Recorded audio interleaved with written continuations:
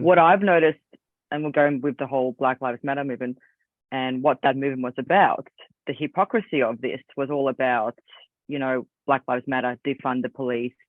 There was this real animosity towards police that spread throughout the nations because of what happened with the whole George Floyd.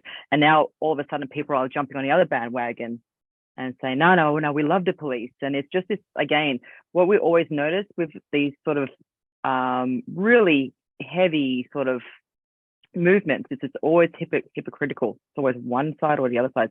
Like there's no balance in the way people can just have this discussion. It's like, well, before it was let's go after the police because of George Floyd. Now let's go after the conspiracy theories. Absolutely.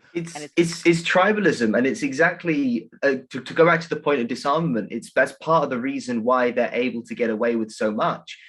Because generally, when the police come out and say these things like, "Oh, we want you to report on people for their opinions, for holding certain beliefs."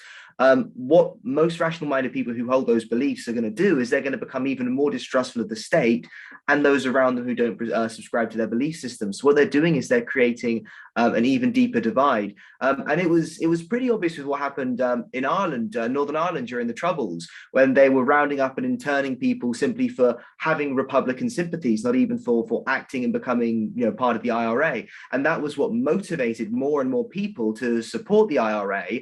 And even though the British had a pretty good job of preventing guns getting into the country, they still found their way to get some pretty heavy weaponry. And the whole situation escalated from there, rather than listening to the other side and sitting down and having, a negotiation, which is, communication is always key.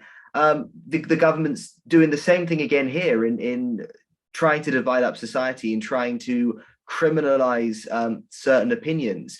And if it gets to the point of if people have access to weapons, it could get pretty nasty. And that's why they have to sort of try and push these events and try and make sure that they use them for their maximum political capital to take people's weapons away, so that people don't rise up and people don't take action, and the whole situation gets out of hand. But it's the question to which when the police are out there, and having seen it firsthand at some of these protests in London, seeing TSG riot police, twice with my own eyes, I saw riot cops beating up old ladies, punching them down to the ground. And it does something. That it comes to a point when one of our earliest protests, when the police moved in, everyone sat down. They said, sit down, be passive, make sure that you're not being seen to cause any kind of trouble. And the police just rolled in and beat everyone up with batons. A few months later, the police tried the same thing, and they were driven out of Hyde Park with glass bottles and bricks and stones and things. And honestly, it was very powerful to sort of see that change in public mood from this great tolerance for the police to actively fighting back, because it gets to the point where when you are so oppressed, or the threat becomes so significant that you almost have to rise up and fight back. And when in Melbourne, in these protests in the streets, there isn't this significant fight back.